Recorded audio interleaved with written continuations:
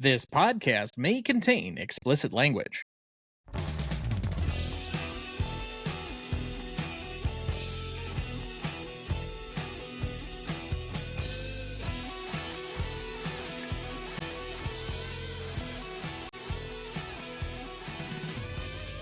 Welcome to the Greatest Movie of All Time podcast, the show that uses a unique grading style to redefine what the greatest movies are. I'm Tom Duncan.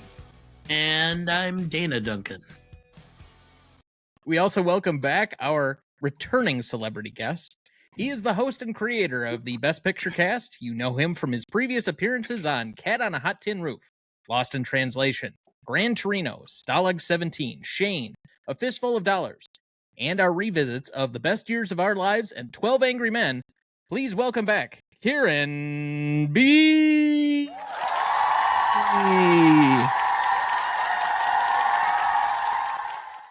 Yes, and if I don't need help with the math, I believe that makes me a nine-time guest. 7, 8. Yeah, this is number 9. It's a big number. That's a big number. I feel good about it. And you know, over at Best Picture Cast, we're doing we probably will have done by now a live episode for our 100th episode. So I'm trying to get good at the numbers here and the math of these episodes. So.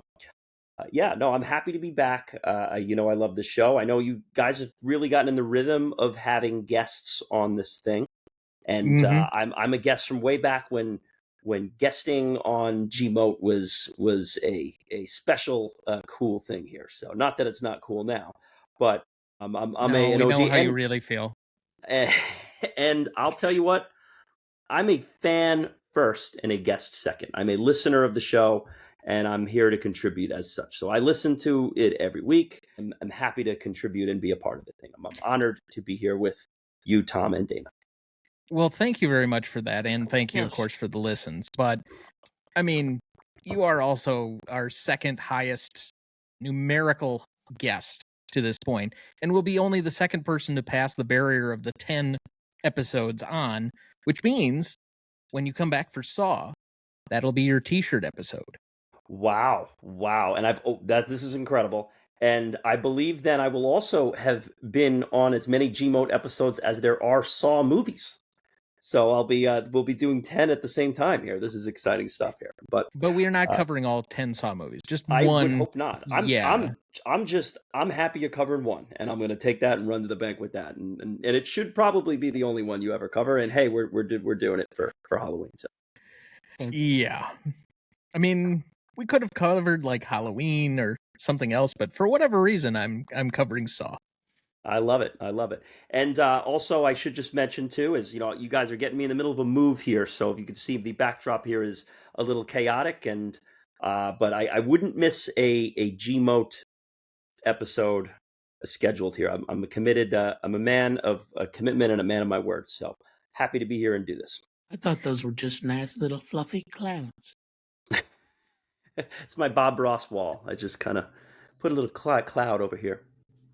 Happy trees, little birds here and there. Sprinkle them in. Tell anyone. It'll be our little secret. Well, let's get to the meat of the episode this evening. It is your favorite film. Tonight, for our 228th episode, we revisit the 1994 classic, The Shawshank Redemption, written and directed by Frank Darabont. Music by Thomas Newman. Cinematography by Roger Deakins. Starring Tim Robbins as Andy Dufresne. Morgan Freeman as Ellis Boyd Red Redding. Bob Gunton as Samuel Norton. William Sadler as Haywood. Clancy Brown as Byron Hadley. Gil Bellows as Tommy Williams. James Whitmore as Brooks Hatlin. Mark Ralston as Boggs Diamond. And Jeffrey DeMunn as the prosecuting attorney in the Dufresne trial. Kind of a mouthful there for a character name. Recognition for this movie: The Shawshank Redemption was released on September 23rd, 1994, making next week, after this comes out, the 30th anniversary. On a budget of $25 million, the film only grossed $16 million in its initial run in the U.S. However, when the film was nominated for Best Picture, Actor for Morgan Freeman, Adapted Screenplay for Frank Darabont, Cinematography for Roger Deakins, Film Editing, Sound, and Score for Thomas Newman, It was re-released, receiving an additional $12 million in the US, and would finish internationally with $73.3 million overall. Despite its disappointing box office returns, in what was then considered a risky move, Warner Home Video shipped 320,000 rental video copies throughout the United States in 1995. It went on to become one of the top rented films of the year. It was the 7th top video rental of 1995 in the United States. Ted Turner's Turner Broadcasting System had acquired Castle Rock in 1993, which enabled his television channel TNT to obtain the cable broadcast rights to the film. Because of the low box office numbers, TNT could air the film at a very low cost, but still charge premium advertising rates. The film began airing regularly on the network in June 1997. Television airings of the film accrued record-breaking numbers, and its repeated broadcast was considered essential to turning the film into a cultural phenomenon after its poor box office performance. By 2013, The Shawshank Redemption had aired on 15 basic cable networks, and in that year occupied 151 hours of airtime, rivaling only Scarface and behind Mrs. Doubtfire. It was in the top 15% of movies among adults between the ages of 18 and 49 on the Spike, Up, Sundance TV, and Lifetime channels. And despite its mainly male cast, it was the most watched movie on the female-targeted OWN network. While finances for licensing the film for television are unknown, in 2014, current and former Warner Brothers executives confirmed that it was one of the highest valued assets in the studio's $1.5 billion library. That same year, Gunton said that by its 10th anniversary in 2004, he was still earning six-figure residual payments and was still earning a substantial income just from this film, which was considered unusual so many years after its release. The film has been nominated for or appeared on the American Film Institute's list celebrating the top 100 film or film-related topics several times. In 1998, it was nominated for AFI's 100 Years 100 Movies list and was number 72 on the 2007 revised list, outranking both Forrest Gump at 76 and Pulp Fiction at 94. It was also number 23 on AFI's 100 Years 100 Cheers in 2006, charting inspiring films. The characters of Andy and Warden Norton received nominations for AFI's 100 Years 100 Heroes and Villains list, AFI's 100 Years 100 Movies quotes list for Get Busy Livin' or Get Busy Dying. Surprised that didn't actually make the top 100. AFI's 100 Years 100 Songs list for Solaria Che Soave Zeffiretto. Yeah, like I'm going to pronounce that correctly. From The Marriage of Figaro. And AFI's 100 Years of Film Scores for Newman's work. In 2005, the Writers Guild of America listed Darabont's screenplay at number 22 on its list of the 100 greatest screenplays, and in 2006, Film 4 listed it number 13 on its list of the 50 films to see before you die. In 2014, The Shawshank Redemption was named Hollywood's fourth favorite film based on a survey of 2,000 Hollywood-based entertainment industry members. Entertainment lawyers skewed the most towards the film. In 2017, the Daily Telegraph named it the 17th best prison film ever made. What 16 ones are better? And USA Today listed it as one of the top 50 best films of all time. In 2019, Games Radar Plus listed its ending as one of the best of all time. It has been the number one film on IMDb's user-generated Top 250 since 2008, the famous IMDb Top 250, when it surpassed The Godfather, having remained at or near the top since the late 1990s.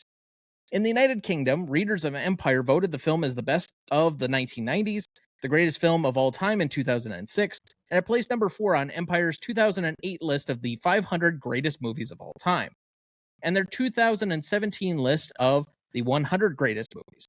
In March 2011, the film was voted by BBC Radio 1 and BBC One Extra listeners as their favorite film of all time. It regularly appears on Empire's Top 100 Films, was named the greatest film to not win the Academy Award for Best Picture in a 2013 poll by Sky UK, it lost to Forrest Gump, and ranked as Britain's favorite film in a 2015 YouGov poll. When the British Film Institute analyzed the demographic breakdown of the YouGov poll, it noted that The Shawshank Redemption was not the top-ranked film in any group, but was the only film to appear in the top 15 of every age group, suggesting it is able to connect with every polled age group. Unlike Pulp Fiction, which fared better with younger voters, and Gone with the Wind with older voters. In 2015, the film was selected for preservation in the United States National Film Registry. Shawshank Redemption currently holds an 89% among critics on Rotten Tomatoes, an 82 score on Metacritic, and a 4.6 out of 5 on Letterboxd. So as we begin each week, and as we did with our original episode, Dad, what is your relationship to this film? I saw the previews for it, and I saw that it was available, and I believe it was the weekend it came out. It was released in Reedsburg, Wisconsin, and I took your mother on a date, and we went down to Reedsburg from where we were living in Mauston to see it in the theater. The road between Mauston and Reedsburg is in the middle of nowhere, and I think we had something like 50 deer that were along the side of the road between Mauston and Reedsburg. So we were late getting there. So I did not see the opening scene, the trial scene, or the murder and the trial scene. The first portion of the film I ever saw was the arrival on the bus. And I had never seen that scene until we watched it for the show the first time we did the episode. Otherwise, I'd always seen it. I picked it up in the middle someplace on cable. To be honest, you could probably skip the opening scene and do just fine. And yeah, it didn't make any difference to me until I just had never seen it. It's probably about 5 minutes of the movie that you can just cut out and no one cares. Probably. So, like many people, I have no fucking clue the first time I saw this movie. None. I have seen it so many times, caught it on cable so many different times that it's really hard to pinpoint at all my relationship with this movie. It's just like it's always been there. A sign of a great classic there. You know, those are the best ones, the ones that you can't even remember. They've always been such a part of your life that you can't even remember the first time you saw it. So for me, as you mentioned there, Tom, this is my number one movie of all time. I know this has kind of become a challenging question on the greatest movie of all time podcast for newcomers here, where they have to pick it. But on my very first Gmode episode, it was a very easy question to answer. This is my number one with a bullet. It is my favorite movie of all time. I saw it for the first time, believe it or not, in this very room I'm sitting in. This was I moved back into my parents' house with my girlfriend here, so it's a little bit of nostalgia here, recording this in the room that I watched it, and I saw it just as it was intended to be seen on TNT. I was flicking through, and it just, much like Dana, missed that opening scene. It just kind of, they're all getting there, and I'm like, oh, Shawshank Redemption. This was that movie that was up the Gump fiction year. This is the one with the weird name, and watching it, and then sure enough, you sit down, and then the commercial comes, and it's like, well, I'm not going to do anything else. I got to see what happens here next. And the movie just literally, I sat there and watched the entire thing through commercials, probably about 4 hours of my day. But it was, it just completely sucked me in. And I couldn't tell you how many times I've seen it since. But most recently, this viewing, it was playing at a local theater, coincidentally and conveniently enough, or inconvenient for some, as they would say. It was playing in the theater. So I saw it on the big screen on Saturday night with my girlfriend, who was, we watched it together for the first time in May, and this was her second viewing. So her first rewatch of it, and my first time seeing it on the big screen. And boy, it was an experience. I'm sure, like your favorite movie, Tom, and your favorite movie, Dana, there's always a feeling of warmth when you revisit it, and you find little tiny things that maybe you haven't seen before, and things that you've seen a million times that you appreciate a little more each viewing. So it was just a wonderful experience, and I'm super excited to come here and talk about this one with you guys, and litigate some of these scores, because I did listen to the original episode for the second time. You did. Yes, of course, yes. Got to do my homework, and I do think you guys did the movie justice in your discussion quite a bit. I thought it was a good episode, and we'll talk scores soon. But I appreciated listening to that one today too. Yeah, I mean, it's ranked highly for us. I don't think we did it necessarily a disservice. It'll be curious to see how it moves, if at all, in our actual evaluation of it. it might be very difficult to move one way or the other very far. I don't think it's going to move very far down at all. I would be very hard pressed to think, especially with a super fan of the film on, that we're going to move it down. So, and there's not a lot of room to move up either. So it may be difficult to move at all. But that being said, I hadn't watched this probably since we last discussed it. So almost 3 years ago, I think. It was like November of 2021. Boy, was that a different world. But it's like riding a bicycle. You fall right back into it. It doesn't matter where you pick it up. I didn't remember the exact progression, the linear progression of the entire film, but you're like, oh yeah, I remember that scene, and I remember that scene, and oh, that other scene's got to be coming up. Oh no, I guess this other scene was before that one. And I still cried 3 times during the course of the film. So, I mean, take from that what you will. I had tears rolling down my cheeks this time too, and I'm sure I will next time as well. It's never misses in that department for me. I did want to throw out there too, just because I was cracking up laughing today listening to the episode, the poetic justice of the movie falling in between Pulp Fiction and Jurassic Park, the 2 movies that were in the theater the day it debuted that crushed it in the box office, was just, the serendipity was incredible. I loved that. I loved that so much. So. I was running around telling everybody how great this film was after we saw it, and people were like, "What? What movie?" Okay. Well, Dad, along those same lines, what is The Shawshank Redemption about? Friendship and the power of friendship, and how friendship can overcome so many obstacles. It's also, to some extent, about hope.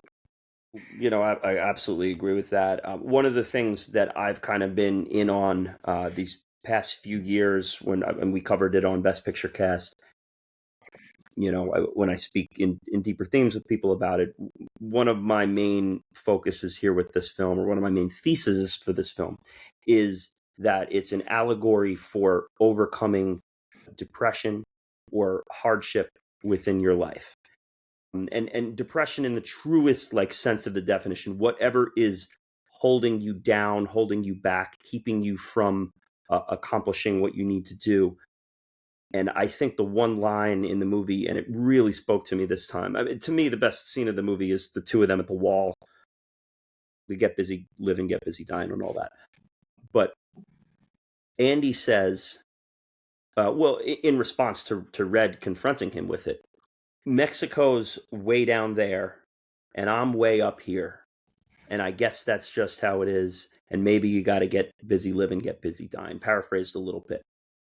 And when you're in that sort of funk in your life, I'm here, happiness is way out there, and you're either imprisoned by it or you're finding a way to escape it.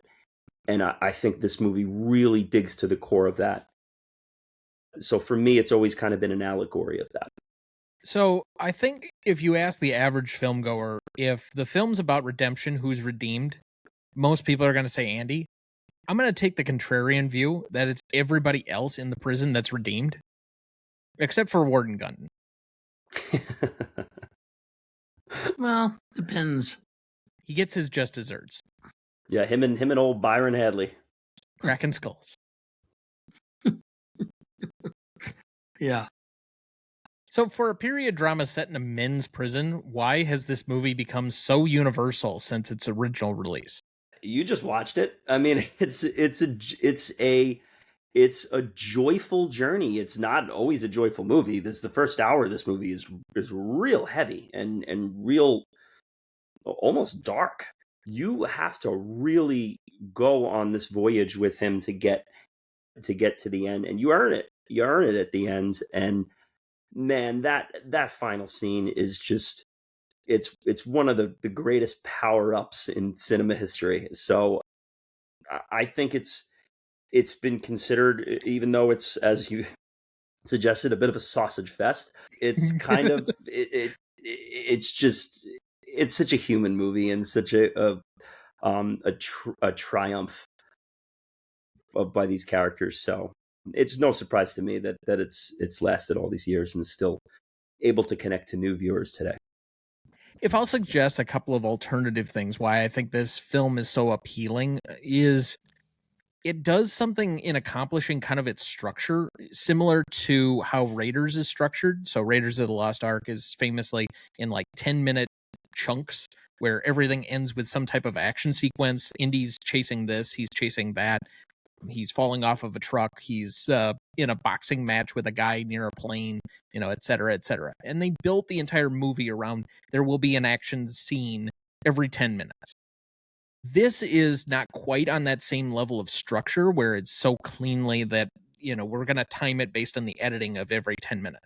But the movie is made up of vignettes. It's little short stories within the larger theme of things that, okay, Andy's getting nearly thrown off the roof and then he's getting beers for the other guys. And then Andy's getting new materials for the library and he plays the record over the loudspeaker and he gets himself in solitary confinement. And every one of these has a small little blurb within the course of the film, which is why it works so well on cable. If you divide it up based on where the story timeline's on, it's like chapters in a book. If you take the Brooks section, that by itself is one thing, and you can end it with a commercial.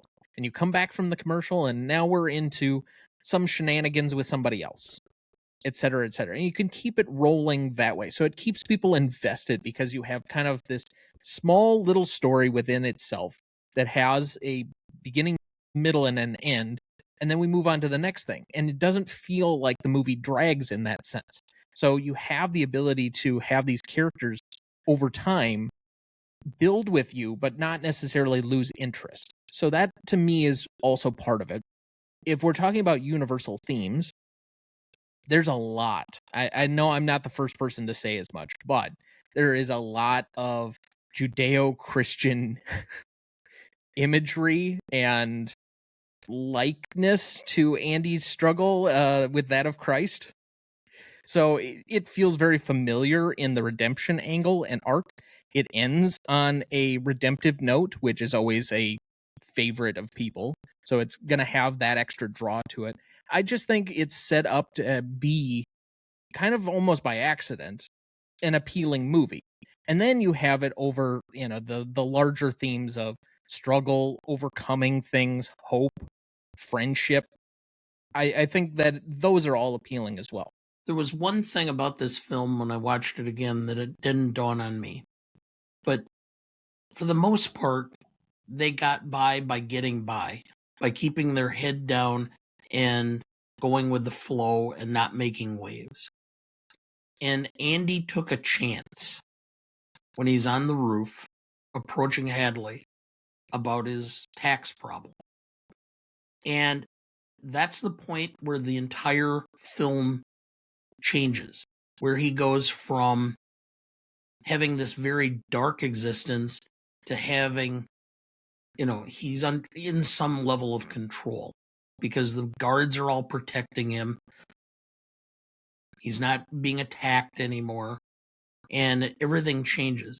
And so part of this film is sometimes you set about, or some risk you take in your life ultimately changes the course or direction.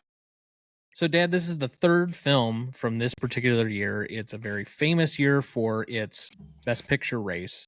We have covered all three now, both last week with Pulp Fiction and this one in revisits, but we covered Forrest Gump earlier this year. Is this the best film of 1994? It's going to be very subjective as far as your taste. But realistically, while I love Gump and I have an appreciation for Pulp Fiction, I would say yes. I think this is the best film of 1994. I think Pulp Fiction is the most influential, and I think Gump was the rightful winner at the time. Tom, you took the words literally right out of my mouth. I was going to say that just about verbatim. Listen, it's my favorite movie of all time. I think it is the best film of the three. I think that Pulp is the most important, and there was no scenario where Gump wasn't winning that year. So we can cross our tea leaves or check our cosmic stars and reevaluate and revise everything we want. Gump was winning that year. It was the biggest movie of the year. It was It was important at the time, and it is a really good movie too. So I think you summed it up perfectly there. Yeah, I think they all have merit. I think Gump has been dumped on a little bit too much, given the nature of it's going against two titans that it somehow beat.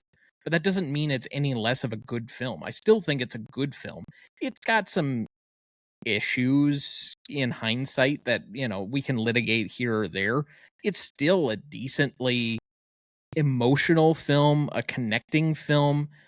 I don't think it's quite on this level, but that doesn't discount that the film itself was, the heartbeat of America for like 2 years. Yeah, there's a category that we'll get to later that starts with a C and ends with a Lassic.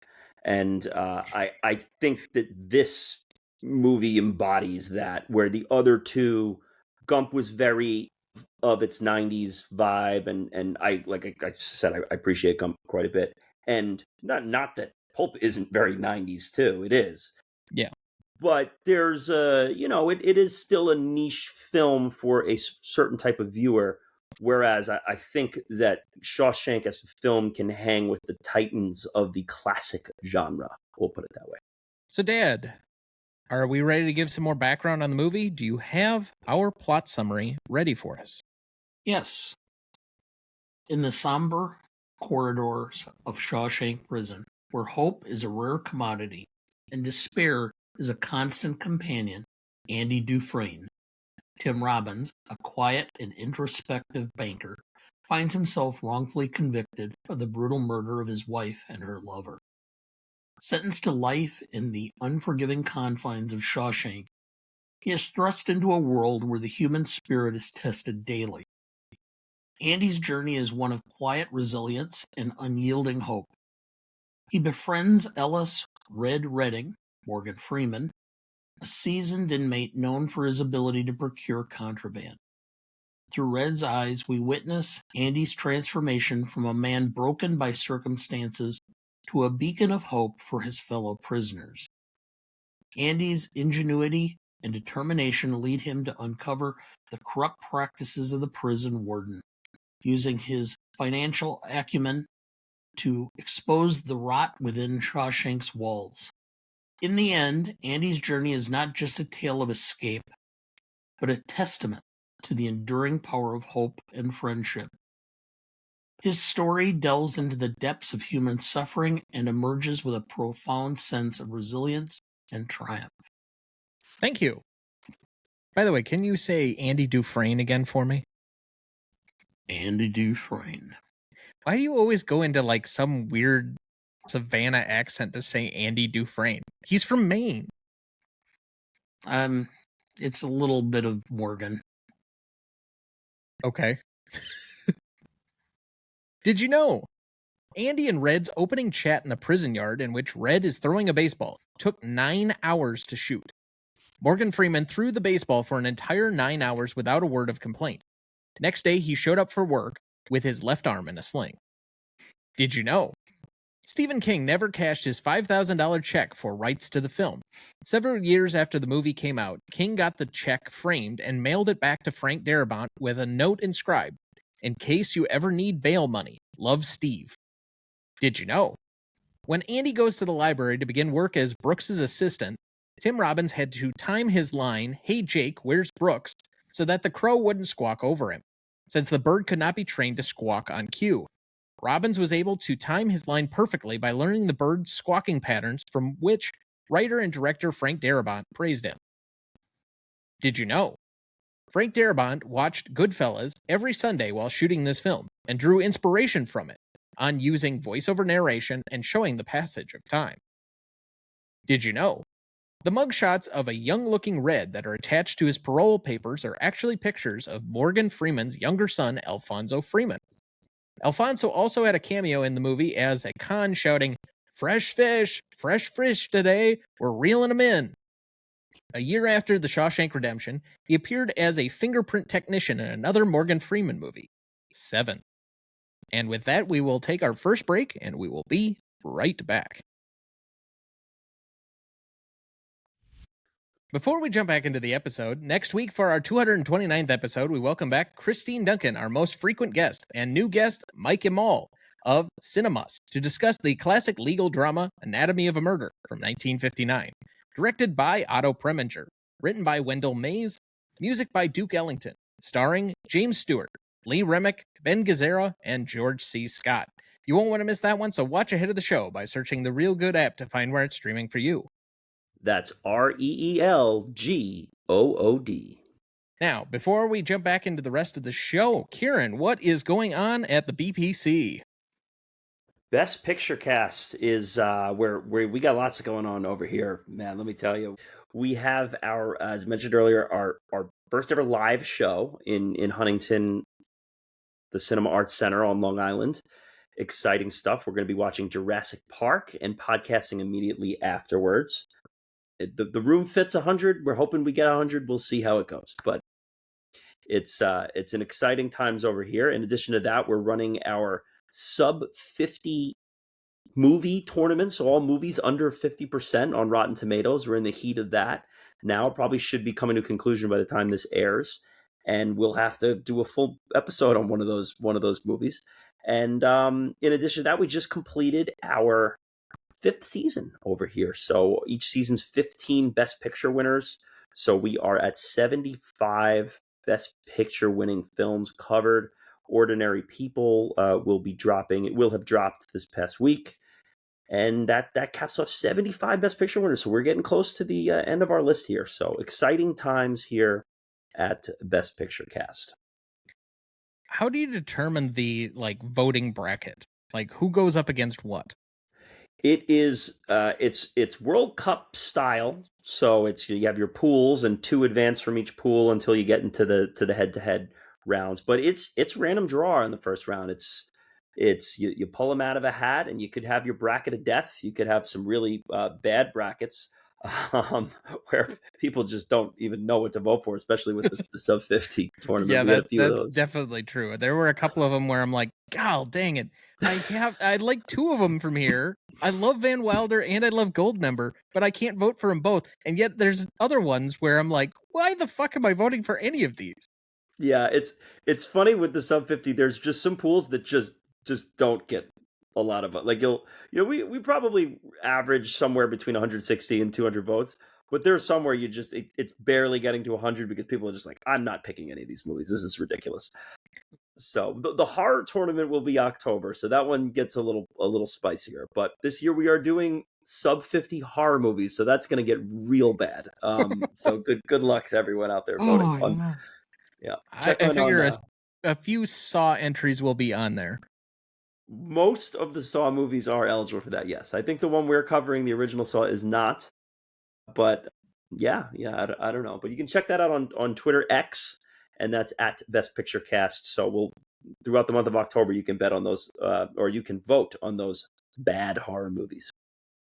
And we will have all of your details and the links included in both the episode description as well as on the website as well for anybody that wants to check you out there. I will say I'm going to take a personal victory lap that Hail Caesar beat out Man on Fire. Take that, Andrew Corns. Wow. Well, Corns is a big Coen Brothers guy, though, no? I don't remember. He might be. I think he's a big... I don't think he hates them, but I don't know if he's as obsessive as, say, Ryan Gosling. True. He has an unnatural affinity for Ryan Gosling. It's bordering on obsession. Anyway. Yeah. He's a good-looking man, that Ryan Gosling. What can you say? That is true. I mean, there are worse people to be obsessed over. But, all right. We are heading into our world-famous, Ask Dana Anything. Unfortunately, we don't have any submissions this week. So, we may have to... Can I ask Dana a question? You most certainly can ask Dana a question. How is, and I did this on one of my first episodes before there was video, how is Wisconsin football looking this year? How are the Badgers? Are they number 1? Are they going to be number 1? They won't even be number 1 necessarily in Wisconsin. Oh, ouch. Well, okay, hold on. There's no other football team in Wisconsin. Well, you always have UW Whitewater. for Division III. Well, yeah, but they're not beating the UW football team. Oh, I don't know. Let them play and let's see. I mean, I'm not quite that hard on them, but yeah, UW is going to get their clock cleaned by Alabama this weekend. Oh my! Are they playing down?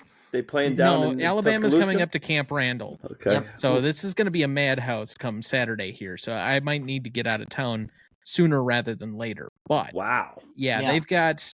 So I want to say we're hosting Alabama and Oregon this year, but next week after the Alabama game, we have to go out to LA to the Coliseum to play USC. And USC looked damn good against LSU. Now that may be not saying much because I have no idea how good or not LSU looks. Frankly, we beat we didn't win. We should have beaten a backup squad for LSU last year, but that didn't quite happen. And for the time traveling listener, what is Wisconsin's current record? 2-0. They're 2-0. Okay, so they are undefeated. So they could still be number one.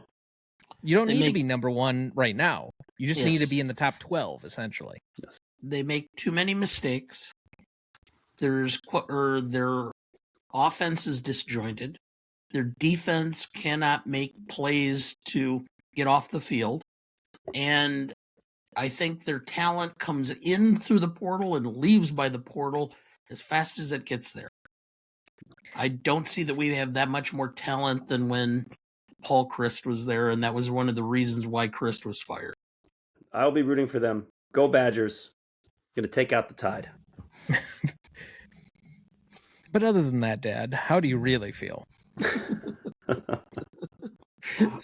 Yeah, I think after the Western Michigan game where we kind of like had to put them away in the fourth quarter kind of thing, and it was within one score the entire game kind of thing.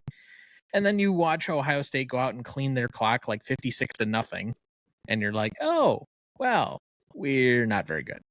But I think that's the state of college football. I think you're going to see a lot of schools that are ranked in the top 15 who are going to get knocked off by who? Yeah, every Saturday. Well, not to belabor the point, but I think we've lost about all of our audience now. Yeah. Okay. They're crawling through the shit-smelling foulness of deep cut college football talk right now. So they'll get out on the other side. I'll be honest, the crossover between major college sports and movie nerds is not like high. the overlapping circle, very tiny. Well, yeah. But anyway, I digress. All right. Well, thank you for your question, Kieran. And if you would like to submit any questions to Dana before I basically cancel this segment, since we don't seem to have much for anybody else to ask anymore, you can submit anything at greatestoldtimemoviepodcast@gmail.com. You can find us on any of our socials at GMOAT Podcast, GMOAT Podcast, on Instagram, TikTok, Letterboxd, YouTube. Oh, and there's something more that I'm forgetting. Twitter. There you go. Yes. That other one. Or you can find us on our website, RonnieDuncanStudios.com/GMOAT Podcast.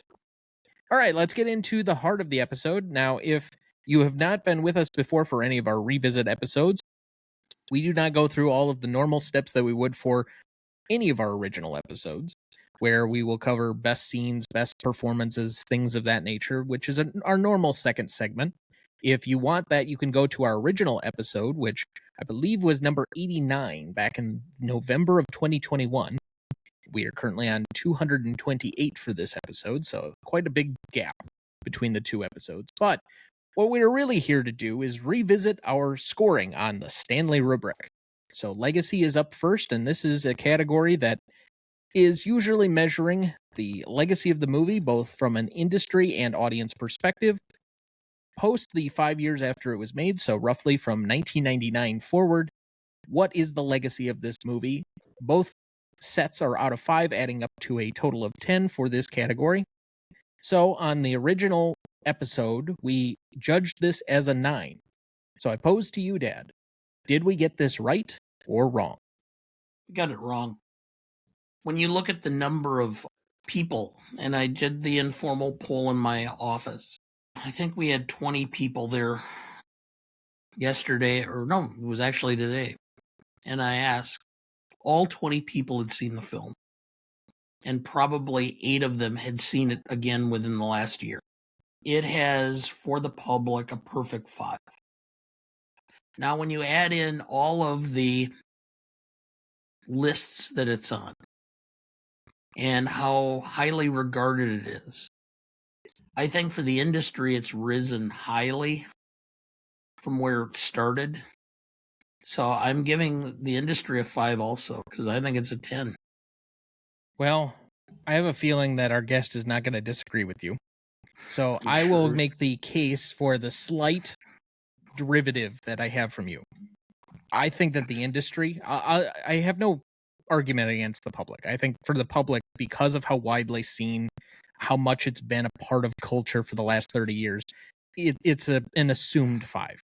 Where I take a slight jab at it is for all the movie nerds and movie podcasts that get on the IMDb top 250 and say that that's not a real list.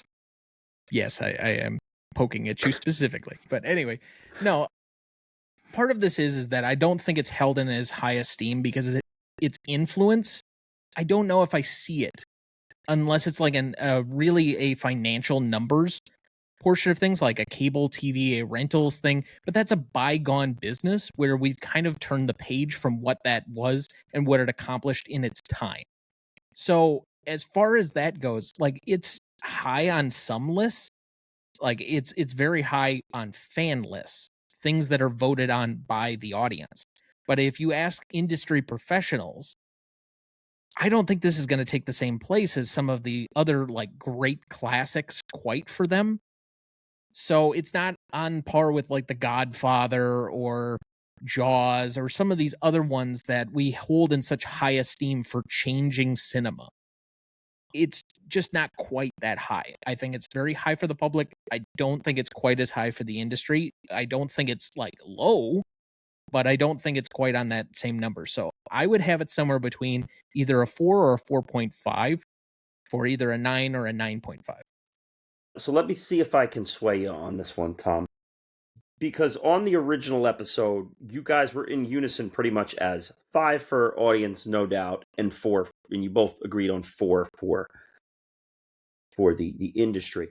Now, where I would look at the industry as the legacy that's had, I'm surprised no one brought up the fact that it was on both AFI lists. And the AFI lists, that's the directors, that's the filmmakers, and it made both lists. And now I think if they were to redo the list today, it would look very different. But I do believe that this would be on there today. And only 100 movies make that. And this is chosen by the directors. Now, as far as influence and what it has done from there, I have to look at the 2 lead actors. I mean, Morgan Freeman is known for voiceover. It's like his thing. People always say, like, if I could have my life voiceover, it would be Morgan Freeman. Or let's just record him saying every word so we can always have him in the future do voiceover. I mean, what he's done, like Planet Earth, or I don't know if it's Planet, he's done those types of things, commercials and all that. And this was the first time he had ever voiceovered anything. Tim Robbins, this made him a celebrity, and both of them would win Oscars after this. You know, Tim Robbins would appear in like comedic cameos, like in Austin Powers and in Anchorman. You'd see him in War of the Worlds, not in a comedic role at all. But like, I don't know that he has that kind of recognizable face, if not for this movie. I don't know if either of them really get cast in those type of Eastwood roles with $1 Million Baby and Mystic River.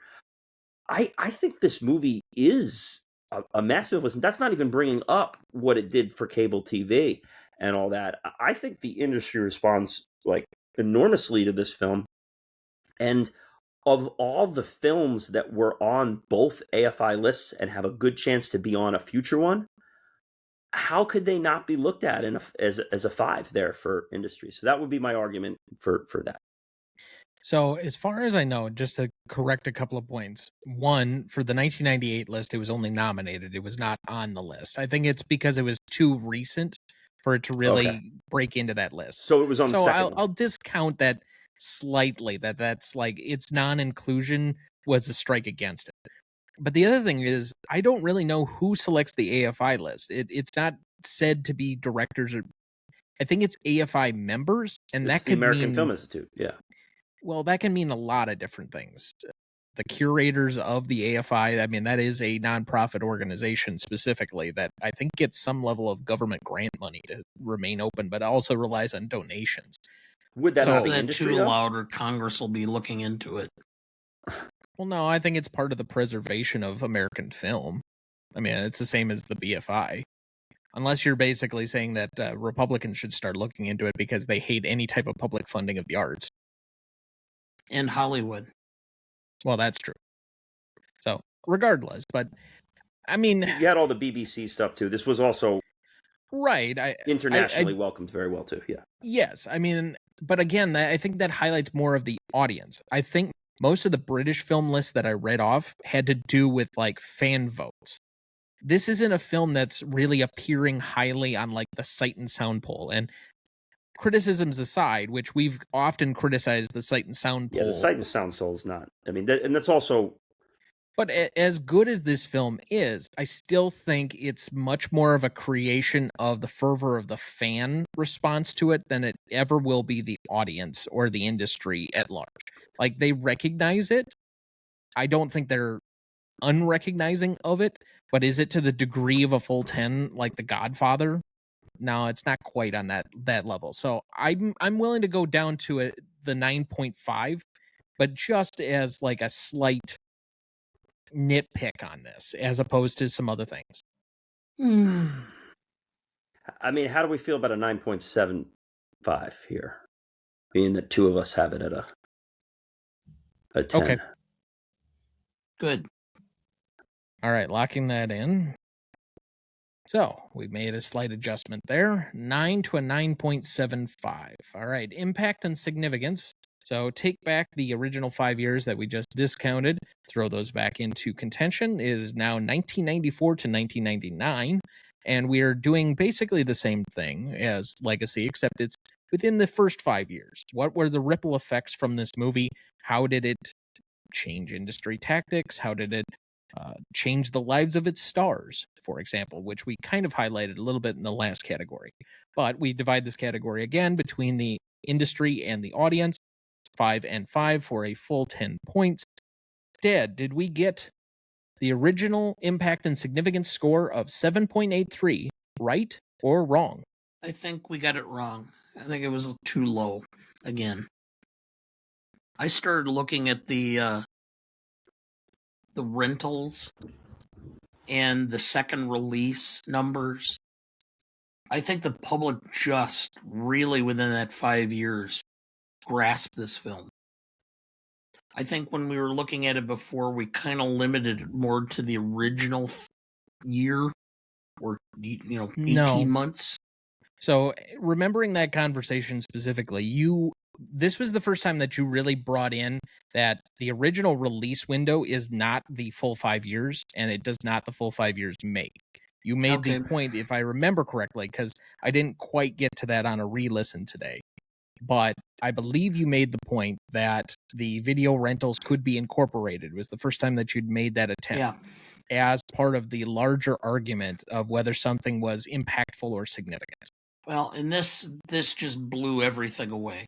I mean, this is the one where you would go to the movie theater, or the movie store, they would have, like the boxes of the videos sitting there, and the video would be checked out.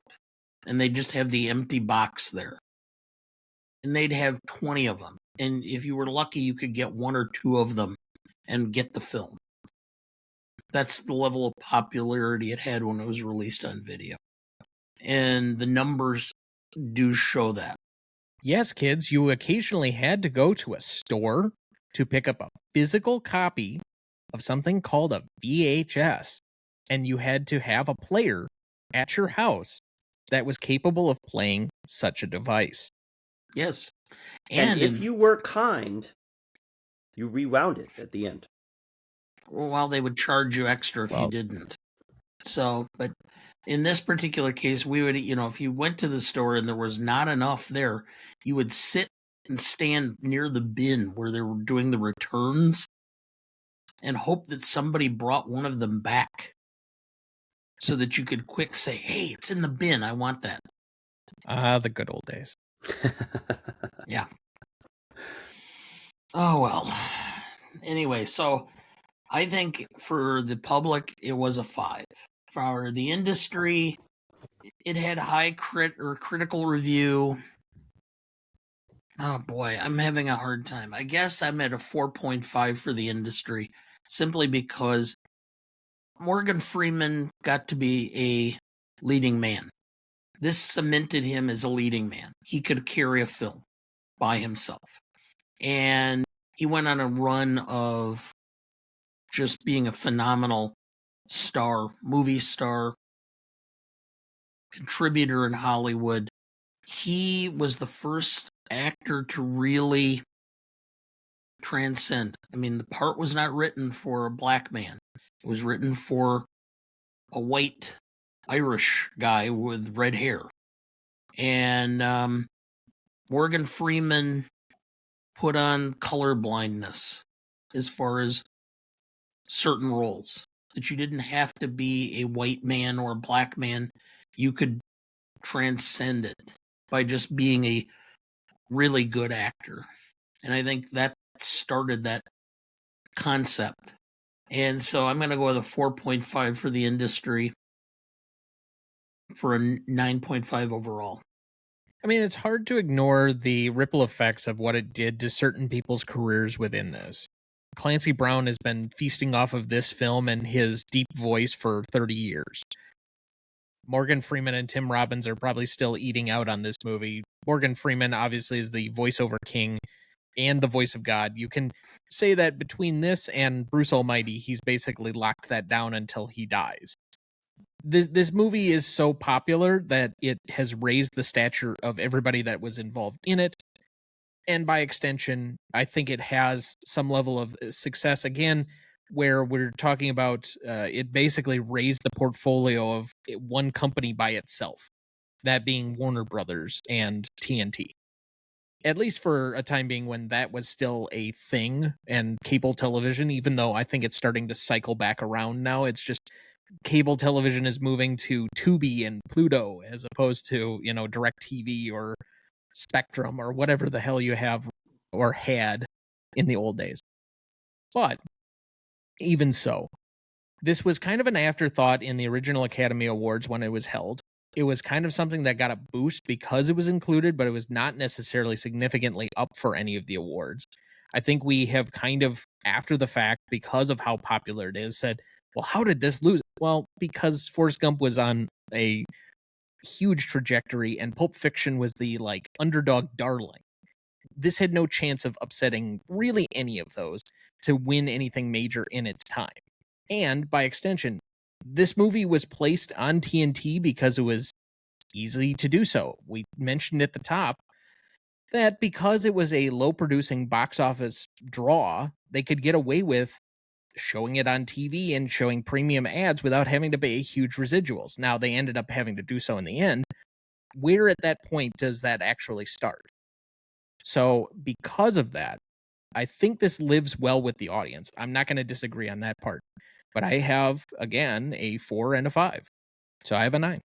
We started off with this saying, I'm the super fan and I'm here to spike the score of this thing. And I'm not looking at it as me here to do that. I look at it as you guys are putting out scores and I'll do my best to influence you based on my perspective, and we'll see where we end up. But I don't see how you can look at this film and not see how it's become a cultural juggernaut. I mean, there are just so many movies that come and go. And even it's within a window of 5 years. If we were talking again legacy, I think this has. So when did the TNT thing hit? It hit within 5 years, and it changed the way people looked at movies on cable. And Dana brought up all the rentals and listen, this is arguably like the worst timing a movie has ever had in the history of film. Like it had a bad title and was put out the same week that Jurassic Park, Forrest Gump, and Pulp Fiction were all in the theaters. It up and vanished like a fart in the wind, if I can quote the film itself. But like the film itself, it managed to persevere despite its ill-timed and inconvenient fortune as it came out. And it is a bit of life imitating art, imitating it all. And Dana, you said a 9.5. Tom, you said a 9. The original score was what? It's 7.83, Which is well too low. which we agree with. If I'm sitting here doing a solo podcast, I'm giving it a 10. But I think Dana's 9.5 is fine. I'm not gonna scream and yell about that. If we had to settle down to Tom's 9, okay. But it's like it's not The Godfather. Okay, how many movies are The Godfather in these instances? But that's the thing. If you're grading it on a curve, and a lot of things should be either in the middle or the like middle third or whatever, there are fewer 10s that you should be giving out. And I do think that there are gradations within this one. Like if you're talking 10 for impact in its moment, that it changed the practices of Hollywood, like The Godfather's up there because it became the first one to really do wide release. And Jaws is up there because it literally created the summer blockbuster. And Star Wars is up there, and Gone with the Wind is up there. But now you're getting like a handful of 10 to maybe 20 movies. And I just don't think quite that this is on that level. Like 9 is really, really close. 9.5 is going to be excellent. It's going to be up there. But is it quite on the level of some of this, like the 20 or so that we'll say redefined film was like the number one at the box office in its moment? Somehow changed industry practices and basically made everybody a star overnight. I'm not sure it's quite on that level. It did change industry practices. Up until this film hit the numbers that it did in video rental and such, the video sales were considered to be gravy. It was still the box office that mattered. This film changed perspectives. There were a lot of films that were greenlighted, knowing that it probably would not do well in movie theaters, but would do much better in home sales. Especially when you realize there was a shift in the market towards older Americans who did not go to the theaters as much anymore because of time commitments, family, whatever. And so they created a whole series of films and concepts that they knew were not going to sell at the box office, but they knew they could market on VHS and then ultimately DVD. And I think it changed. I think there were a lot of films that were greenlighted. I don't think, for example, you're going to have Titanic with that budget if they didn't think that they were going to make huge amounts of money also in the VHS market. That's not the one to pull out. Like if you're going to make an example, don't do it for the second highest grossing film at the time of all time. Like we had T2 and Judgment Day like right before that. It's not James Cameron who was like needing to prove that he needed a big budget in order to maximize profits at the theater. No, it's more like Good Will Hunting was going to be, something that you're marketing more towards a home video rental space. It may do well in theaters, but it's going to get a lot on the back end. I think isn't that really what Miramax was banking on? Yeah, kind of. I mean, Matt Damon's talked about the fact that the industry has significantly changed because they would make the $10 to $15 million movies specifically, like a lot of his late 90s career, The Rainmaker or The Talented Mr. Ripley. Those types of movies are not being made anymore because there isn't the back end that it used to be. Just to echo Dana, I think it objectively changed industry standards. Not to mention, I realize we can't keep pulling out the same things for every category, but the fact that Morgan Freeman became kind of like the standard for voiceover, and he would be enlisted in all these commercials as voiceover because of the Shawshank Redemption. It was the first time he had ever done it. changing the way rentals were distributed, cable TV. I think it did change it. That being said, I agree with you, Tom, is it's tough. Impact significance, it ran third that year at the Oscars pretty clearly. So it's tough. A 10 for how it impacted things is when it was running third in at the time, and it bombed at the box office. I think there is enough cause to give it a blemish. I think a 9.5 is very fair. This to me is like kind of like textbook 9.5. Yeah, I think that's going to be the settling point. I don't think we need to belabor it any further. And just a word on Sight and Sound, because I think Sight and Sound is a great it is a great kind of indicator of what artists in the field view as art. But a movie like Shawshank Redemption it's not a sexy avant-garde. You're not going to wow anyone by putting it on your list. It's picking 10 movies that you're like, all right, these 10 movies are movies you should check out. Movies like Shawshank Redemption are going to get hit and hurt on this because everybody's seen them. No one put Titanic on the Sight and Sound because everybody's seen it. It's not, there's no sexy thing. Doesn't mean it's not one of the greatest films. That's I don't want it to sound like I'm a Sight and Sound hater, because I'm not. I think it fulfills a very, very necessary venue for conversation, but it isn't a list of the greatest films in order. It's just the films that are most mentioned by filmmakers. Yeah, it's a first off, I take umbrance with greatest movie of all time list because there's no objective criteria.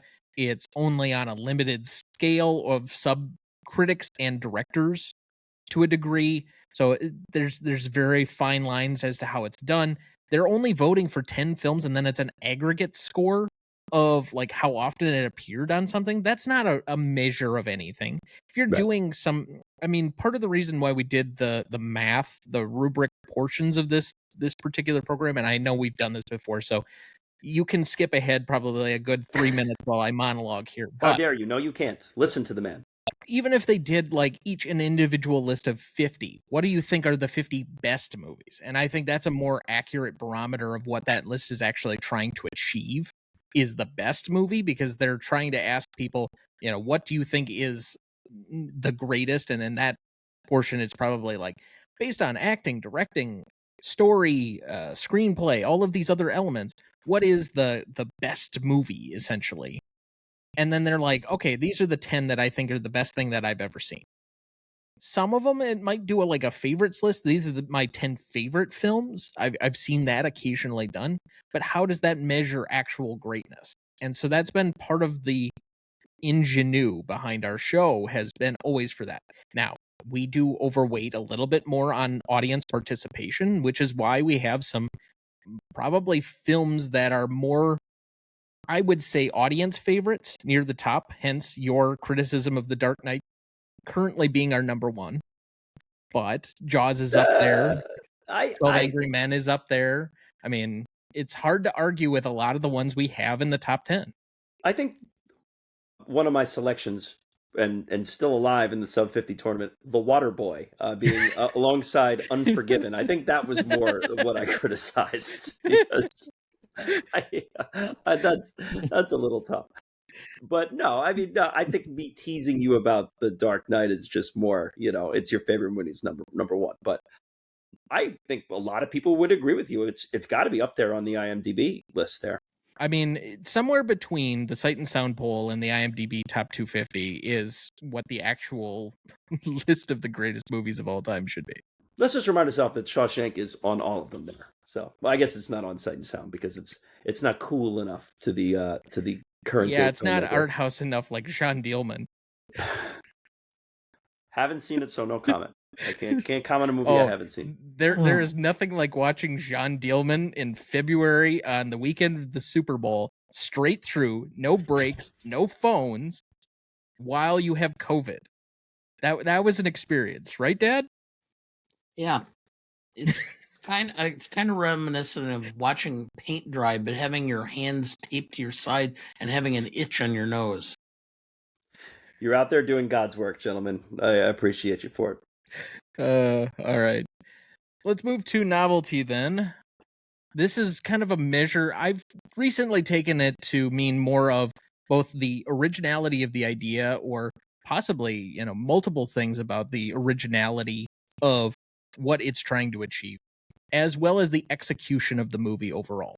Originally on this one, we had a 7.33 average, although this was before we were incorporating those two factors or elements to our test, if you will. Dad, did we get this one right or wrong? Pretty close. There was one thing that I would note that I'd never thought about before. I saw a critic who said this is the one film where it's a friendship film where it's not based upon a crime or a heist or a woman or some act or some road trip, which makes it unique. So to that extent, the novelty is different than other things. I mean, the fact that it was the 17th or 16th best prison film, and we're commenting. I mean, there's obviously a lot of prison films. So to that, could be its own channel on Tubi. Yeah, prison films on Tubi. Execution, it nailed it. I mean, it's every once in a while you have the perfect storm, and this created the perfect storm. Relatively inexperienced director. Inexperienced. I think this is his first film. It is his first film, yes. Yeah, and I think he'd done a few smaller projects or something before, type of thing. But yeah, it's the perfect storm. So yeah, they nailed it. But I think Novelty probably is pretty close to where it should be. I actually had a 5 points or 7.5, excuse me. I will agree with you, although I score higher on the originality of the idea from the concept that I think this is a unicorn even among its genre. I think it creates to itself somewhat of a subgenre where we actually treat the prisoners as somewhat human. For the first time, we are a little bit ahead on, police brutality and a little bit of the corruption that's associated with the police, in this case, the guards. So we take kind of an unusual task on that we have this human side to prison life in a way that we didn't normally before. And as a matter of cause, it's still somewhat of a period piece. So I can't give it full 5 points. It does feel familiar as part of that, but I had it at a 4. And then as far as the execution, I agree. That's a full 5 for me. Deakins is fantastic. The screenplay is outstanding. The music hits all the right notes. For an inexperienced director, this is framed fantastically, and I think that has a lot more to do with Deakins, but even so, he knew what tone and tenor to set with the film. It is why I think it's so appealing generally with the audience. We have great acting performances throughout. The casting is fantastic on this one. So I have no criticisms on the execution. I have a 9. So there's a particular avenue I'm going to focus on with this one. In addition to this being my favorite movie of all time, I'm a huge Stephen King fan. I've read, I haven't read all of his work, but I've read a good portion of it. And I have read Rita Hayworth and Shawshank Redemption. And Stephen King himself called his short story unadaptable. He said he had never imagined that anyone would even ask to adapt it, let alone actually execute it. This is one of the greatest adaptations of all time. When a presence, an icon like Stephen King calls his own work a non-adaptable, wouldn't even think someone would try to make a movie out of this, and we get one of the most beloved films of all time in The Shawshank Redemption, that is extremely novel to me. I think that, you mentioned before, Tom, in your prelude about it being voted the best film to not win an Oscar that was up for Oscars, or whatever the exact wording was of that. It is a crime that it did not win for adapted screenplay. I mean, this should have won for adapted screenplay. Forrest Gump did not need to win that award. I also think it should have won for cinematography too. Legends of the Fall is a movie that exactly nobody watches ever. Has anyone put that movie on in 2024? I don't think so. But I think the fact that you took an entity that Stephen King didn't expect anybody to even call him on, he didn't expect to pick up the phone and ask, even for $1, can I adapt Shawshank Redemption? I think that's extremely novel. So I think a 9 is I'll echo Tom's 9 there with that, because it is a prison movie and there is some tropes and such in there. So where you guys want to go with that, I think a 9 is very fair. All right, so we have 2 9s and a 7.5. Dad, you're kind of the odd man out on this, so how far are you willing to come up? I'll leave this debate between the two, the current lawyer and the prospective lawyer. I'll step out on this one. Yeah. 8.75? I was going to say 8.6, but I'll settle at 8.75. Yeah, of course you would. All right, fine. Dana doesn't seem too disappointed. I don't think it makes one hill of beans to him, where this actually comes out. He's not gonna bang the table at all for it, but all right. So that's an 8. I'm thinking Dana's hyped on this movie right now. I'm like, this was a good viewing for you this time around, Dana. Well, I don't think he's opposed to the movie. That's why I'm saying I don't think he's gonna be upset at a higher scoring potentially. Yeah, his scores are up from last time though. I like seeing that. I like it. So that looks like a good spot for our second break. We will be right back.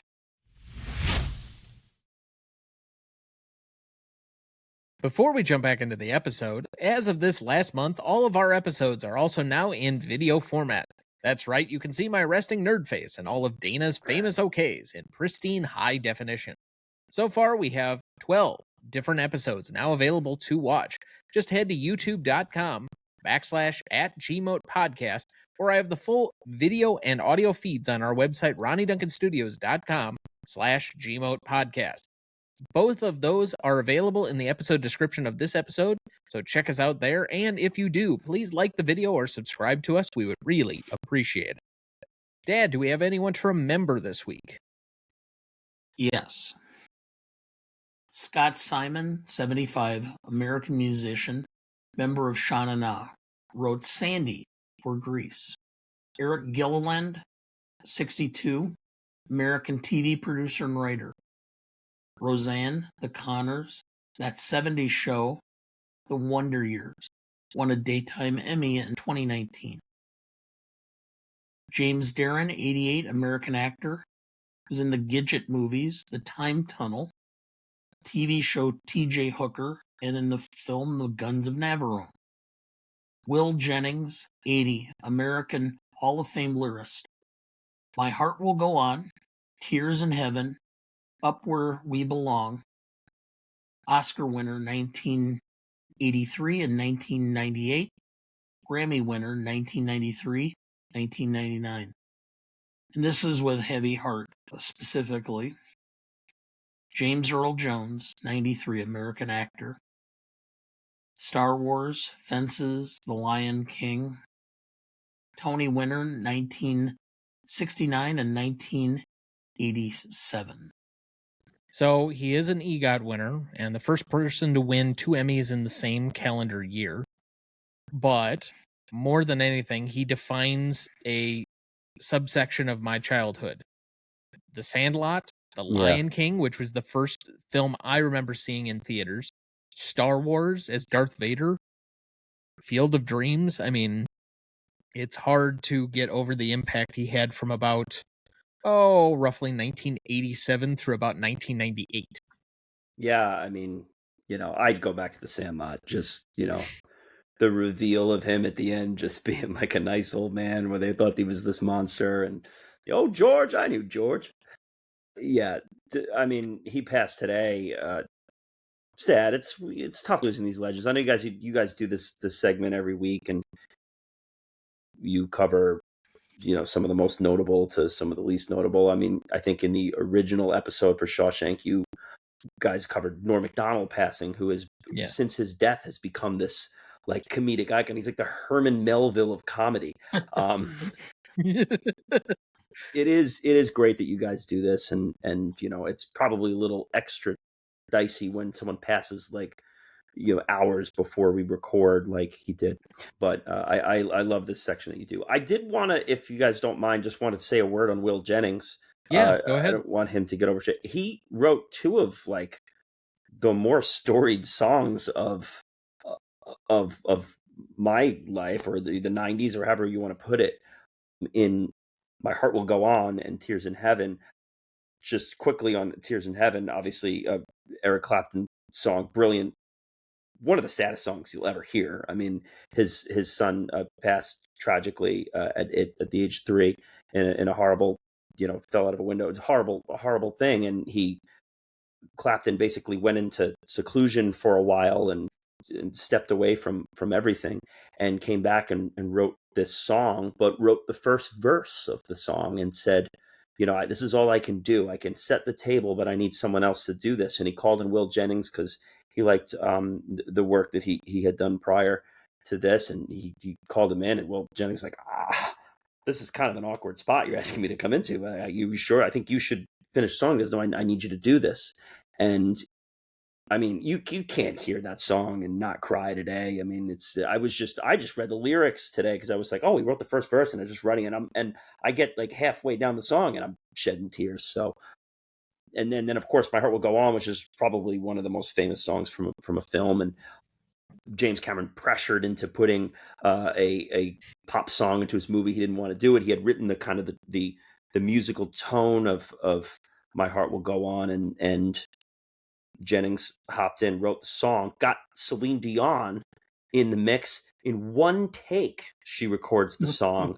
And that's what we know today. It's only seen Celine Dion. Grab a microphone. Celine Dion, maybe Michael Jackson could do that. But probably one of the greatest one-take performances in the history of pop music. Maybe that and Billie Jean. Yeah, so just I saw his name up today, and I just went down a rabbit hole on Wikipedia looking up all these people and all this stuff. So just wanted to shout at him. He clearly and surely was going to get overshadowed by Darth Vader here today, so I wanted to give him a little love. But yeah, all the people mentioned today, James Earl Jones and all, it's sad to lose these legends. With James Earl Jones, I would say that I actually had the privilege of seeing him in a stage play in New York on Broadway. Wow. 2005 or 2006, and he came out. The play was it had Cynthia Nixon. It had It had John Larroquette. It had, why am I drawing a blank? Uncle Jesse from John Stamos. John Stamos. It had Sybil Shepherd in it. Talk about eclectic. Yeah, it was a reproduced play written by Gore Vidal, and Gore Vidal had died the day before. Oh, jeez. And so, and I got to see James Earl Jones. He was kind of, because of his health and some things, he was a little bit of a germaphobe, so he wouldn't do the typical stage line where people could come up and talk to you and do the autographs. He put a chair out in the middle of the alley, and they put a rope around in a circle, and he sat on this chair, and he just started, where are you from? Oh, I remember being there and doing a play, and and it just went through this Q&A session for about 15, 20 minutes. Just a really pleasant man, and I'll just always remember that. And he liked Star Wars too. Yes, he did. And so, of course, we remember all of these fondly for their contributions with a moment of silence in their honor.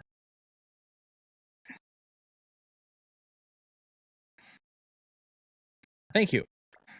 Okay, let's get back to our rubric scoring. We left off at Classicness. Now, this is the most amorphous category that we have.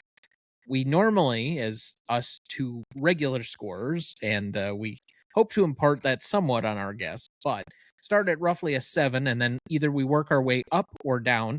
Usually we have more room to move on films going down, just with how poorly things either age from a special effects or, the culture of the time not being reflective on where we're at with our own sensibilities in the modern era.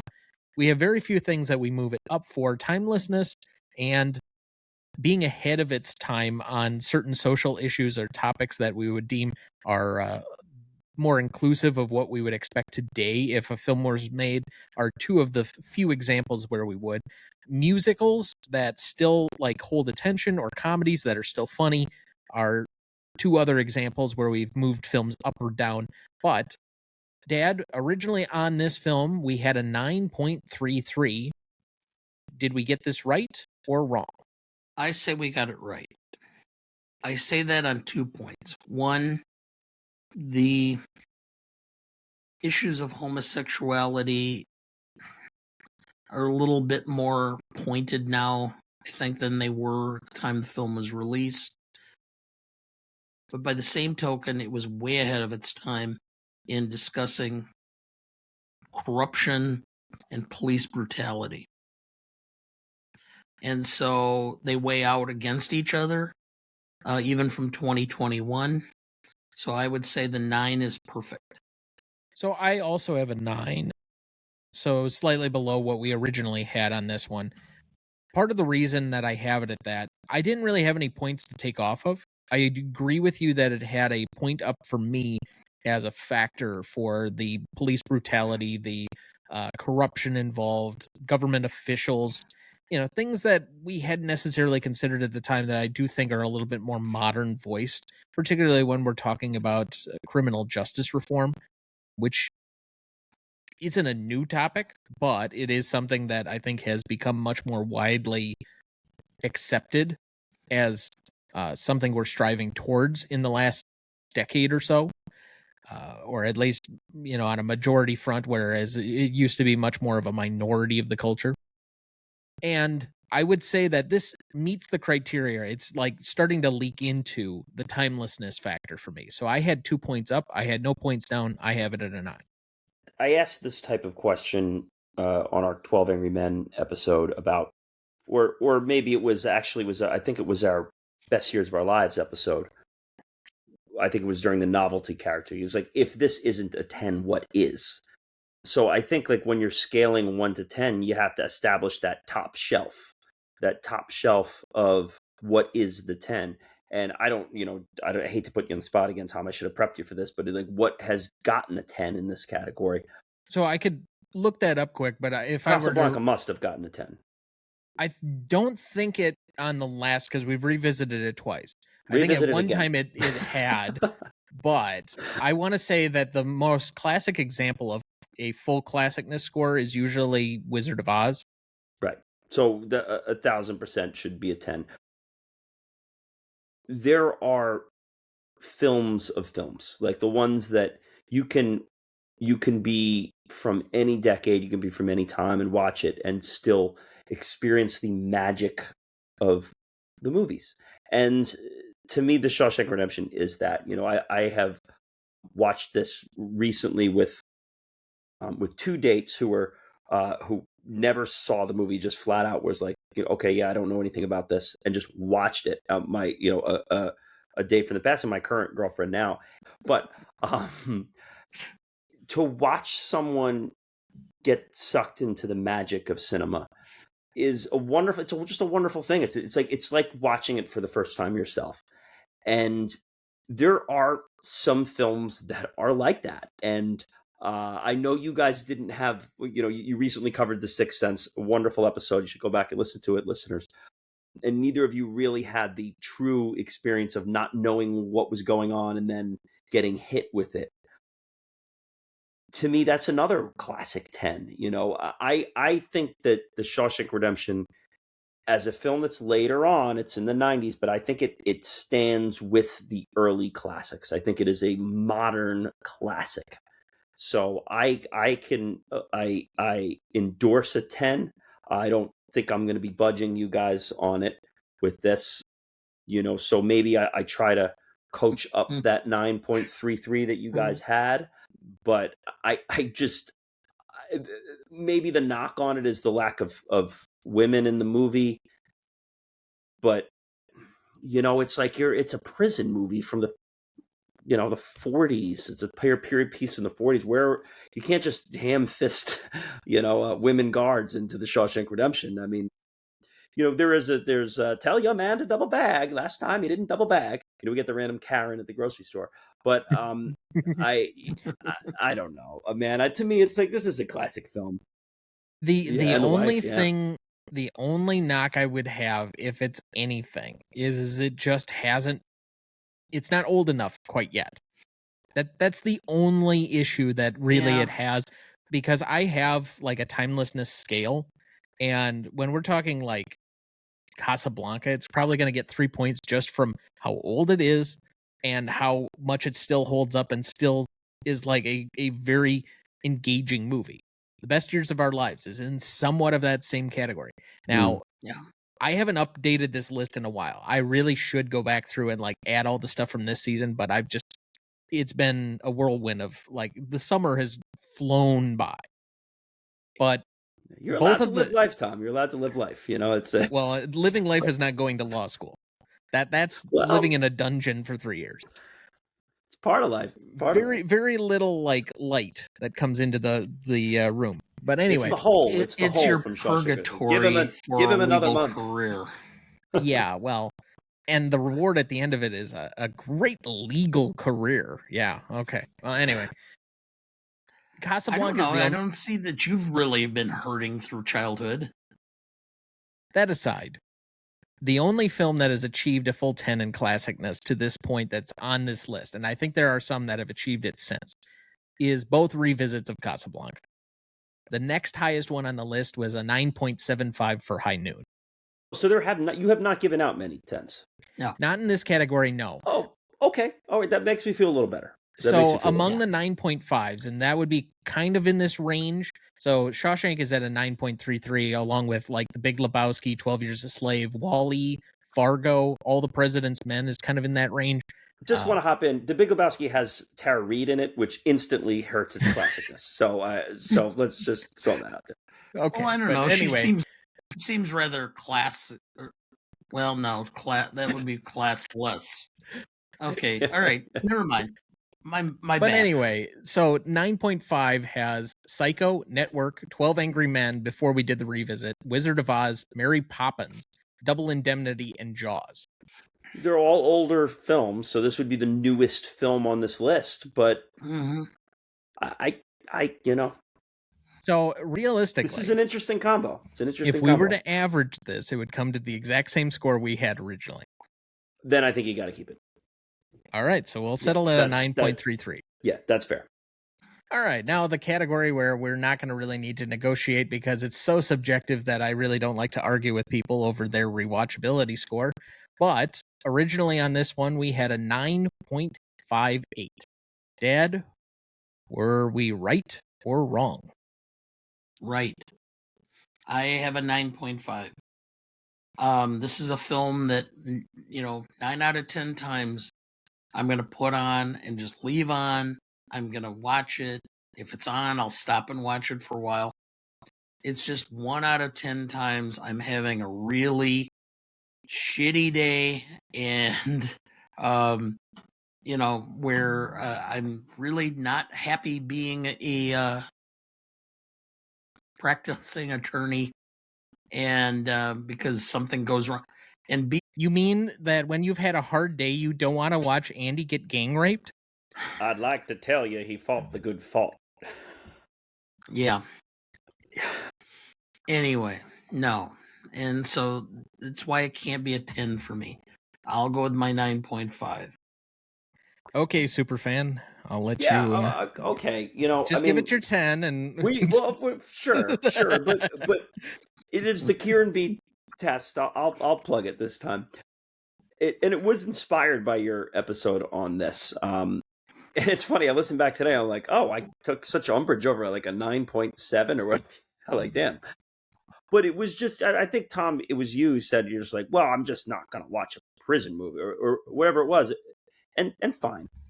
But to me, it's not just about like rewatchability. It's not just about like, am I going to put it on? It's if this movie comes across my life, what's the likelihood that it's going to derail my day?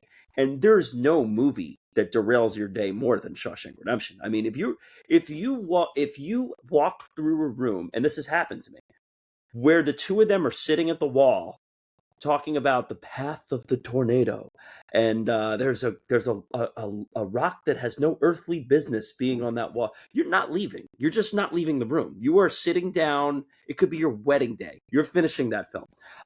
I just think this is the ultimate 10. It's just the ultimate 10 for me. I watch it yearly. I would never turn it off if we're on. This is where the fanboy biases comes through.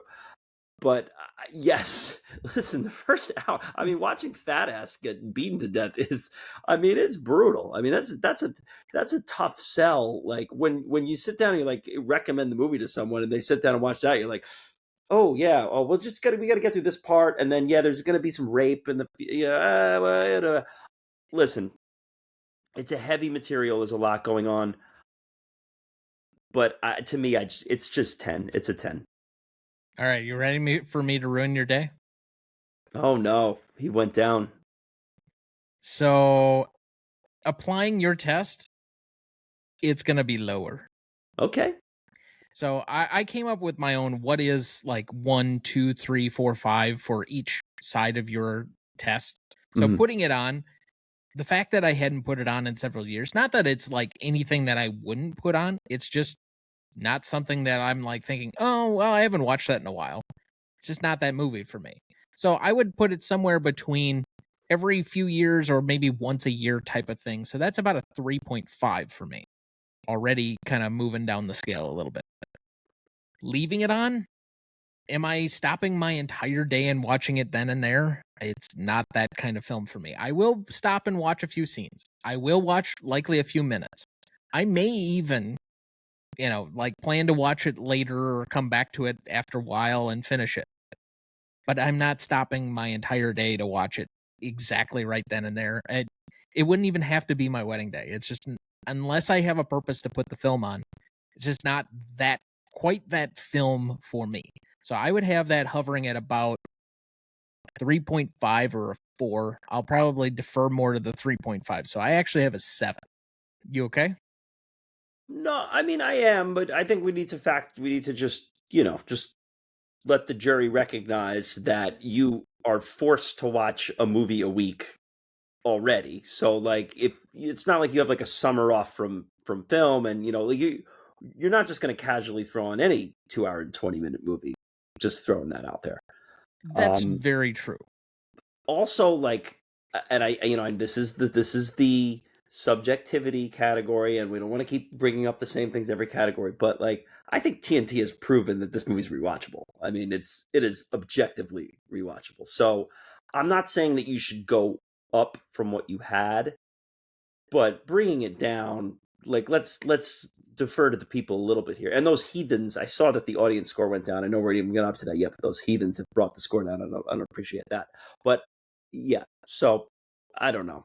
Are you bringing it down from what it is? Were you fighting to bring it down? Is that what you're doing right now, Tom? No, I was being honest with exactly where I would have it at rewatchability. Okay. It's just you introduced the test. If we were doing it based on the old scoring, that's a little less subjective. I love you using it, my own system against me. It's actually brilliant. I appreciate it quite a bit. So the average on this one will turn out to be an 8.83. So you're keeping the original score. No, it moved down, I think 0.75 points, almost exactly. Yeah, that looks right. 9.58 to 8.83. Yeah, that looks right. So, all right. You're not negotiating. That is correct. Wow, okay. This one, because it's too subjective. Yeah, right. There's no negotiating on the rewatchability yet. So with audience score, as you kind of alluded to already, but we were originally at a 9.7, 96% for Google users, 98% for Rotten Tomato users. Now, the Rotten Tomato users stayed the same, but the Google users dropped a percentage point. So they're down to 95. So this drops another 0.05 to 9.65. Now, originally, our score on this one was a 52.77 and was good enough for number 15 on our list. What do you think will be the new score? Oh, geez. 56.5. Which is up Up or down how much? So 56.5 would put it 0.02 ahead of The Dark Knight for number 1. Ooh. I think it'll be lower than that based on the rewatchability score. So to repeat the categories, we moved from a 9 to a 9.75 in legacy, from a 7.83 to a 9.5 in impact and significance, from a 7.33 to an 8.75 for novelty. We stayed the same on classicness at 9.33, and we moved slightly down for rewatchability at 9.58 to 8.83, and audience score from 9.7 to 9.65. I will also add, even though it has not aired yet, that Pulp Fiction from last week got 54.73 points to move up into the top 10. So where do you think this one ends up? I think it's in the top 10. I think it's somewhere in the 5 to 7 range. That's what I'll guess.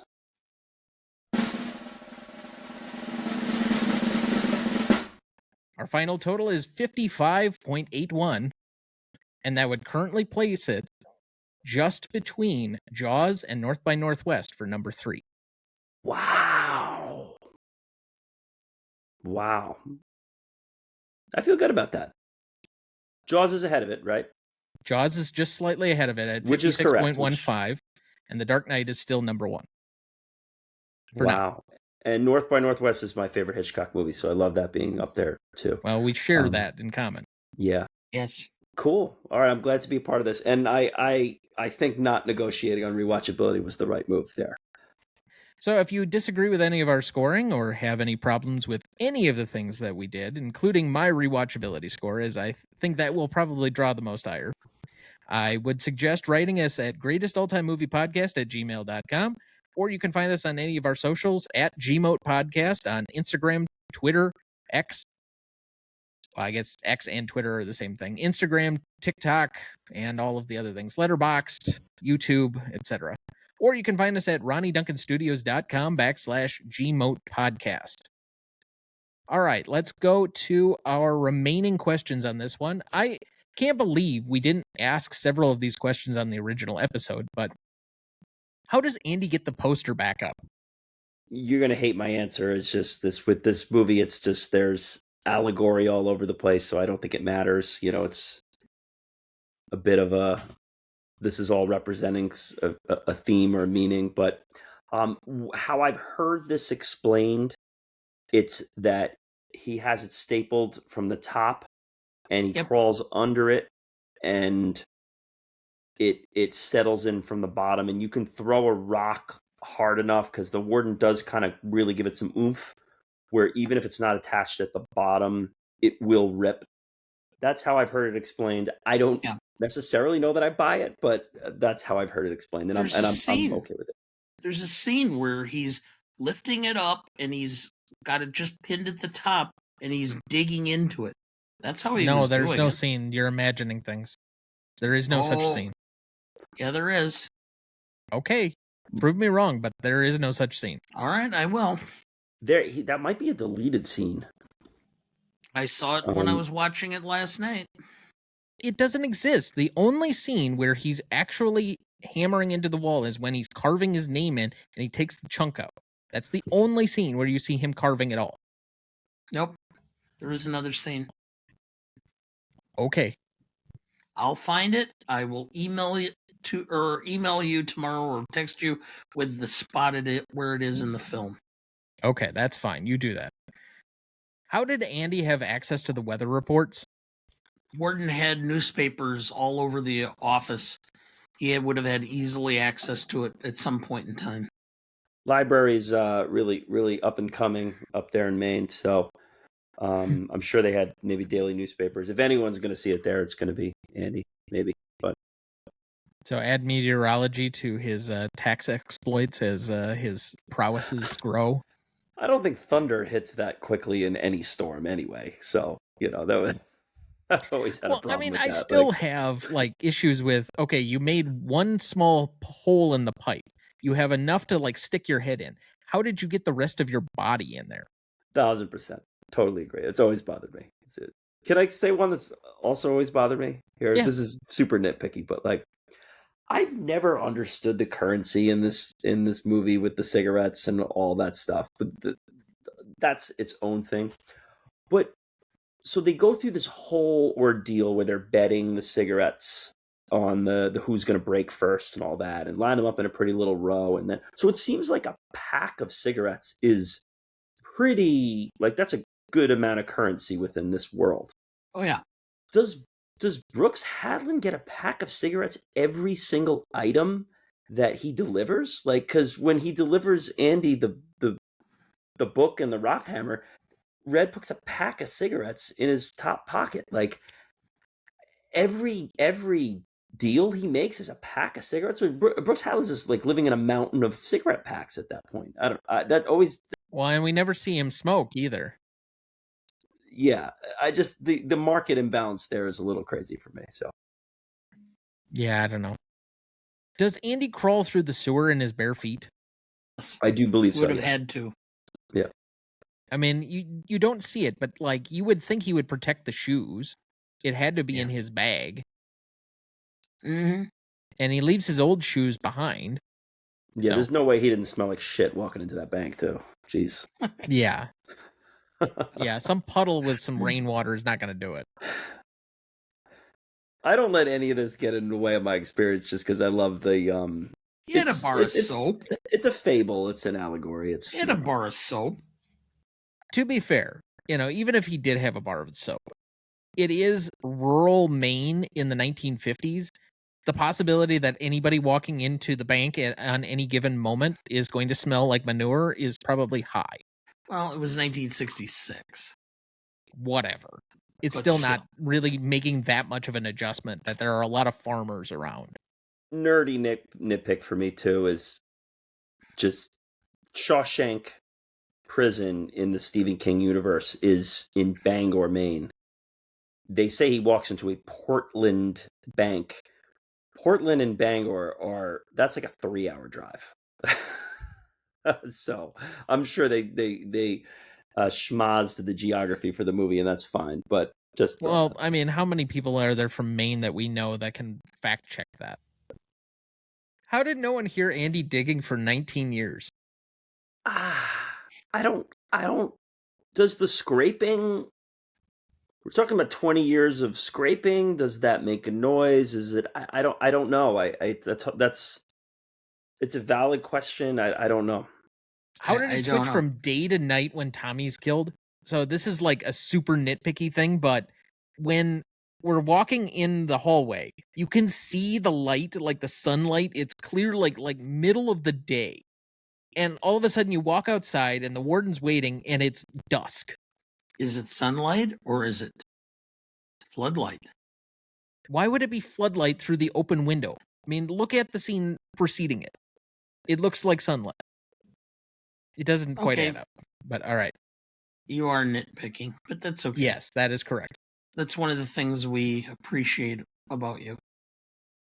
Where does Warden Norton rank on the all-time best villains list?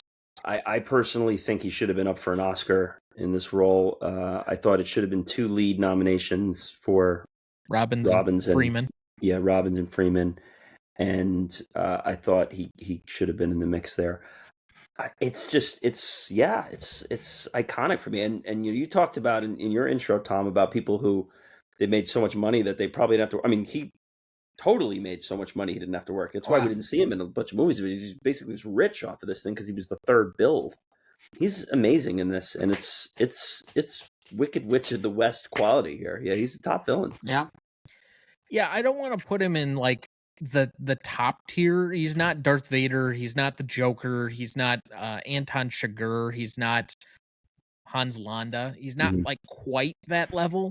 But due to the popularity of the film, I don't think anybody's going to have any question if he's in that like B villains tier or category where, he's like in the next 20. I'd say he's like alongside Gene Hackman in Unforgiven. That's that tier. Yeah. Along with J.K. Simmons' character, I guess, if people classify that as a villain. I'd have Simmons a little higher. I'd have Simmons with Landa and with the Joker, and Yeah, that I'd have him- performance. I don't really consider that a villain, but I mean, if you do, it's probably up there. The shark from Jaws. I'm sure some people don't consider the Joker a villain. So, Well, that's true, especially if you watch Joker, which Yeah. unfortunately I have to in a couple of weeks again. Yeah. But- there's a Gmote on the Joker coming up. Yeah. Yeah. That was I saw it in the theaters once and didn't revisit it. Yeah, No comment. I mean, I enjoyed it at the time. I don't know that I'd enjoy it again. Who knows? To me, it was just a ripoff of Taxi Driver. But exactly. So, any other remaining questions for either of you? no, I think we covered it. No. All right. Well, I consider that a successful episode. So, I want to thank our guest, Kieran B, for being back for his 9th episode. But remind everybody where you are and where they can find you. Yes, Best Picture Cast is where you want to check us out. We're at Best Picture Cast pretty much on all of the social media platforms. You can follow me on Letterboxd at Kieran B BPC.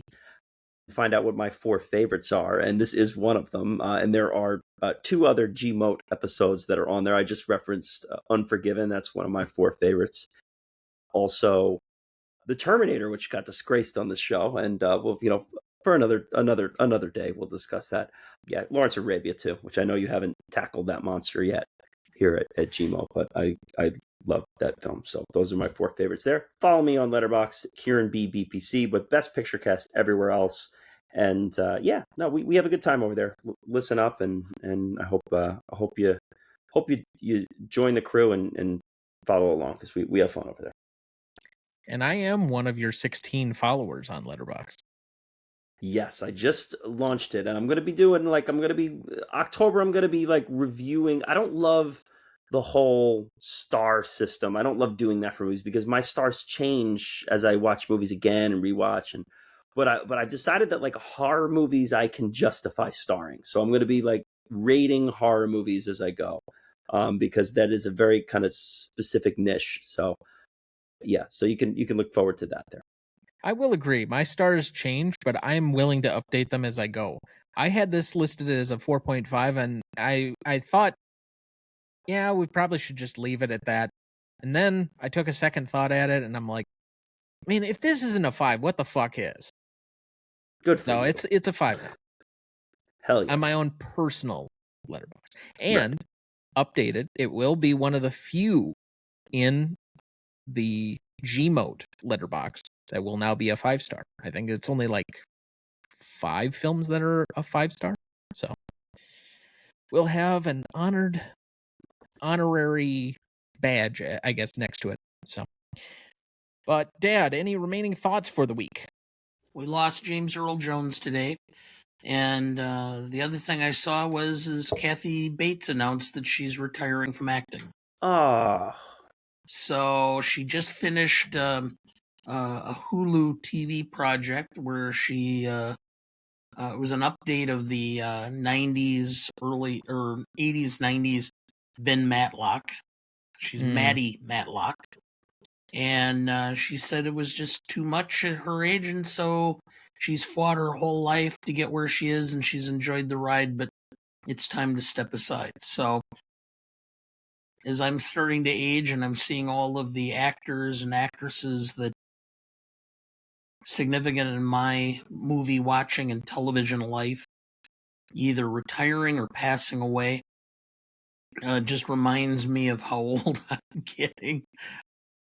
And I guess the great thing would be is if you're still standing and you're kind of alone in that process, then you've achieved something, I guess. But otherwise, just kind of saddened me. I mean, she is 76, and I understand where that's coming from because it becomes more and more difficult to remember your lines as you get older. So it ultimately ended Jack Nicholson's career because he didn't want to have to wear an earpiece and have people feeding him his lines. So, yeah. So, on that note, well, that does bring it full circle between Stephen King and The Waterboy. So that's right. Yeah, that's right. Won her Oscar for Misery, and should have been up for an Oscar for Waterboy, right, Tom? Yes. You and your foosball. She is like truly great in that movie, though. And we got our Clint Eastwood tie-ins there too, with Richard Jewell, her final nomination. But congratulations to her on her retirement. I'm sure she will enjoy it well. Unfortunately, we don't get the benefit of any more of her performances, but we do have the hindsight available to us on all the streaming platforms for all of her previous work and all of the previous work of many of these artists who have either left us or since retired. But I really don't have anything additionally for the week, so that'll do it for us. Thank you for listening. As a lawyer, I've had to learn that people aren't just good or bad. People are many things. Next week, for our 229th episode, we welcome back Christine Duncan, our most frequent guest, and new guest Mike Emol of Cinemas to discuss the classic legal drama Anatomy of a Murder from 1959. Directed by Otto Preminger, written by Wendell Mays. Music by Duke Ellington, starring James Stewart, Lee Remick, Ben Gazzara, and George C. Scott. You won't want to miss that one, so watch ahead of the show by searching the Real Good app to find where it's streaming for you. That's REELGOOD. Please like, follow, rate, and review, or whatever on whichever platform you have so that more can join in our fun. You can also email the show at the new RonnieDuncanStudios.com or at greatestalltimemoviepodcast@gmail.com, or find us on YouTube, Instagram, Twitter, Letterboxd, or TikTok at the handle @GModePodcast. The Greatest Movie of All Time is a production of Ronnie Duncan Studios. Our show is mixed, edited, and written by Thomas Duncan. Our music is thanks to Purple Planet Music. Our technical provider and distributor is Captivate FM.